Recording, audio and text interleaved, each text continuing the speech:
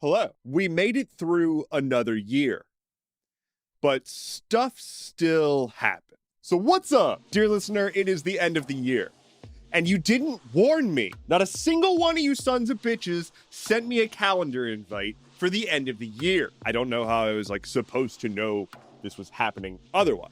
Yeah, end of the year. It's December, cold time, unless you're in the southern hemisphere, in which case warm time. Enjoy that. So just real quick, before we get into everything that I'm going to talk about today, I just want to say, remember to take a second to just be in the moment as we close out the year. It's been a hell of a year. It's been a lot. It's been a not good one. I ranked them. I ranked every single year, and this one, it wasn't in the top 50%. But that's okay. I'm going to keep saying that at least, because if you go outside and you take a second, you're going to hear the wind rustling through the trees. You're going to see some critters hopping around, prepping for the winter. Life is going on. And yes, life is really bad for a lot of people right now. And things are getting pretty crazy. At the same time, we can't fix all of it by just being aware of it. We fix it by taking action. We fix it by being able to take care of ourselves and the people around us. Spiraling out of control and just saying everything is hopeless and just being purely doomer is not what I'm going for here. So I highly encourage you to just take a second and just base yourself every once in a while. I'm asking you to be based. Can you do that for me? Let's move on. We'll start with the big one, the obvious one. They released the Epstein Files. Kind of. Sort of. So there's this pesky little thing in the United States government called the legislative branch. It contains the Senate and the House, and they made a law that said release the Epstein Files. They voted on it. It was a whole ass law, and it went to the desk of the guy that's the president who signed it. Keen listeners will recall that when the legislative branch passes a bill and the president signs it, that becomes a law. So what's in the bill? It's like 2 pages long, and it's actually pretty short, which honestly is a bit of a problem. So the bill says that the Department of Justice has to release the unredacted Epstein files within 30 days of the bill becoming law. That time has come and gone. But here's the thing, that's kind of all it says.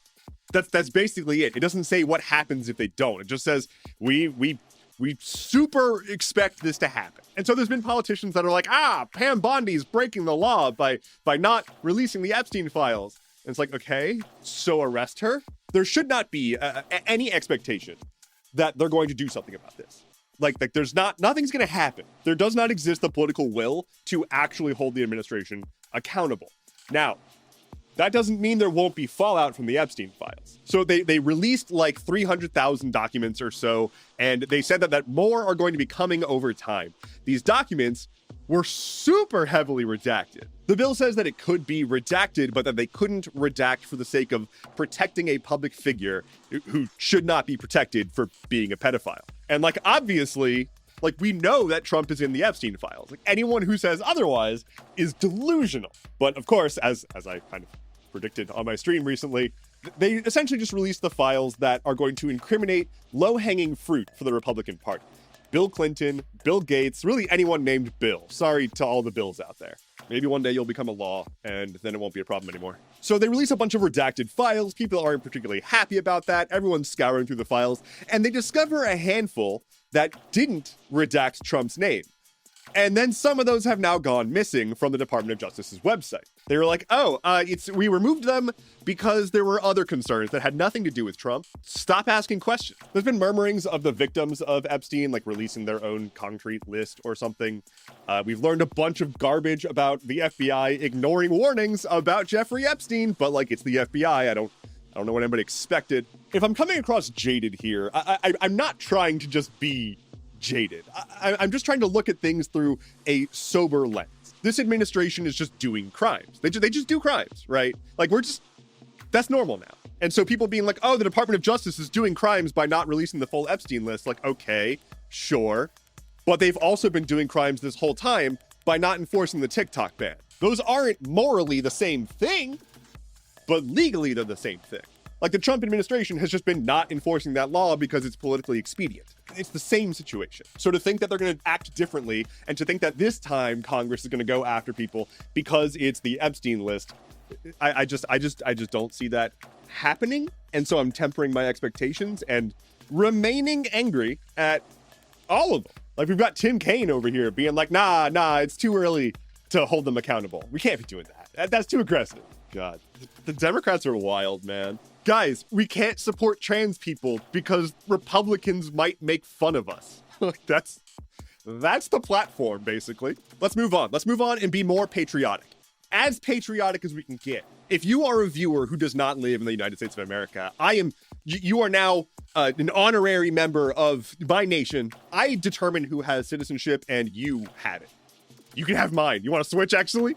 So we're all Americans now. Yeehaw, whiskey, baseball. So, war. We're doing it, right? Like, we're doing it. Like, we're trying to do it with Venezuela right now. We're, like, stealing their boats and bombing their boats. Lots of stuff with boats and bombs. But besides that, the so-called Department of War has decided to send out checks to service members at a value of $1,776. For all my new Americans in the audience, that's our Freedom Day.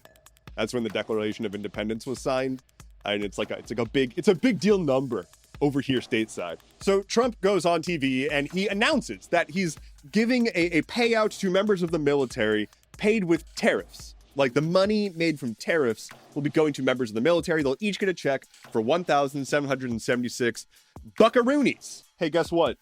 That was so easily disprovable. It's not from the tariffs. And it's dumber than that. Instead of taking from the tariffs, which is already stupid as fuck, because that's basically saying we're going to give you a check for money that you had to pay extra, and the check that we're giving you is less than you would have had to pay otherwise. What they're doing is worse. They're taking it from a fund that was appropriated specifically for housing assistance for low-income members of the military. It was a $2.9 billion budget that was earmarked in the so-called Big Beautiful Bill that was supposed to go towards helping these people have housing. It's a common program in the military. It's basically like, okay, we need to put these many people in this place. They're low-ranking members of the military, and we pay them like trash. So we'll subsidize their housing using this fund. Now, depending on the level of income of the member and where they need to be stationed and various market factors, that money was doled out case by case. So what they did was take that money, instead of using it for its intended purpose, which was supporting affordable housing for the military for the next year, they're just doing this little gimmick check. Is it going to help some people? Yeah, definitely. Absolutely. You got the money? Spend it. Go hard. Have fun. Yikes. The back of the napkin math is that this is a $2.6 billion spend out of a $2.9 billion fund. They have essentially cleared out the fund that was meant to help pay for housing for the military. Cool. Well done. This is essentially what we're going to see on loop forever, right? It's what we've been seeing on loop forever. It is performative gesturing towards the military that's not actually for the military. It's for people who are not in the military who think that empty gestures to the military equates to patriotism. If you are a struggling military family and you were told, hey, you're getting a one-time check for $1,776, but now we can't supplement your housing costs, which are far more than that per year, you're probably not thrilled. Instead of, covering for our veterans and providing mental health care so they stop killing themselves at an alarming rate, we're just doing this. And it's 1776, guys. It's the patriotic number. Don't you feel American? Doesn't that make you feel good? What are you talking about? What affordability crisis? Speaking of affordability crisis, Disney cannot afford for you to not see Avatar a lot. So Disney/Marvel have been working on the upcoming new Avengers movie, Avengers Doomsday. And it's kind of a mess. We'll go over some of the reasons why it's a mess, but up front, they've decided recently to make 4 different trailers for the movie to send out to theaters to show before showings of the new Avatar movie. Also, there's a new Avatar movie. I didn't even know that. But the idea is that they're only going to show 1 trailer per showing of Avatar. So if you want to see all the trailers, you have to go to at least 4 showings of Avatar. It's certainly a choice. It is certainly a choice. Now I want to get a few things clear up front. I'm not a giant Marvel fanboy. I am just a casual member of society in which Marvel exists as an entertainment franchise. I've seen the movies, most of them, and they're fine sometimes. That's fine. Okay. But this shit's whack. So 10 years ago in 2024, they announced Avengers Doomsday, and in that announcement, they made a big deal out of how Dr. Doom, the new big bad evil guy for the entire franchise, is going to be played by Robert Downey Jr., who used to be Iron Man. Now, Robert Downey Jr. had, there was a scene, spoiler alert, there was a scene in Endgame where some rocks killed him, and then he left the MCU. So RDJ was just like, okay, I've done this enough, I'm out, whatever. He's back, bitches. So, okay, cool, whatever. Fan service. That's kind of weird that you're going to have, like, one of the main characters who played a hero turn around. Like, I get what you're doing. Maybe it'll land. So one of these 4 trailers comes out, and it turns out Chris Evans, Captain America, is also returning. So also in Avengers Endgame, the previous movie, Chris Evans also leaves the franchise. But he's back. He's back. So we've got that. But apparently we've also got a situation where the script hasn't really been completed, which is not super rare for Marvel projects, but there are actors who don't even know if they've finished recording or not. They've basically been in like a nonstop rewrite, in part because Dr. Doom wasn't even really supposed to be the next big bad evil guy. It was supposed to be Kang the Conqueror. So this is what I'm really getting to the limits of my Marvel knowledge here, but my understanding is that Kang and Thanos and Dr. Doom are all like real big bads, right? Like real big bad. And so they were going to try to go from like, okay, Thanos, everybody knows the snap thing, all the memes. We've moved on, right? The next big one was going to be Kang. But there were a few problems. One of those problems was that his like debut villain movie was Ant-Man Quantumania and did not do well. And then the other problem was that he was played by Jonathan Majors, who was arrested for domestic assault. Disney didn't like that very much, and so they had to scramble, and instead of recasting him, they just said, fuck it, we're gonna do an entirely different everything. This is the part where I'm just gonna raise my hand and say they could have recast him to Michael B. Jordan and it would have been fucking spectacular. That would have saved the franchise, but instead, very thankfully, we got Sinners instead of that. So nature's healing. Anyway, they had to pivot away from Kang the Conqueror as their new big bad guy. And they're like, what do we do? Dr. Doom, played by Robert Downey Jr. Fixed it. It's a mess. It's a mess. And I'm genuinely curious to see what happens here because like, it's a Disney Marvel movie. It's going to do well. It's going to make a lot of money. I have no expectation that it's going to flop. But if it did, I am so curious to see what happens. I've barely even touched on all the problems that have leaked out of the production of this movie. I'm genuinely curious to see what happens. If it did fail, could this fuck up Marvel? Could this actually end it? I don't think so. I think the most likely case is it's going to do just fine, and like it's just going to continue being a cheap win for Disney every once in a while. Who knows? But damn, 4 trailers. Go see Avatar, guys. Dear listener, we are heading into the last lightning round of 2025. I want to say thank you for being here with me and for spending what little time we have together. What I decided to do for this last little lightning round is just pick some stories from the entire year that I think are really cool scientific advancements that give me some hope. So these are in no particular order, and they didn't even all happen recently necessarily, but they all happened this year. And it's important to remember that good stuff still happens. And so with that said, lightning round. For the first time ever in the first half of 2025, renewable energy produced more energy than coal worldwide. This is led in part by China and Australia, who have been making massive strides in solar production.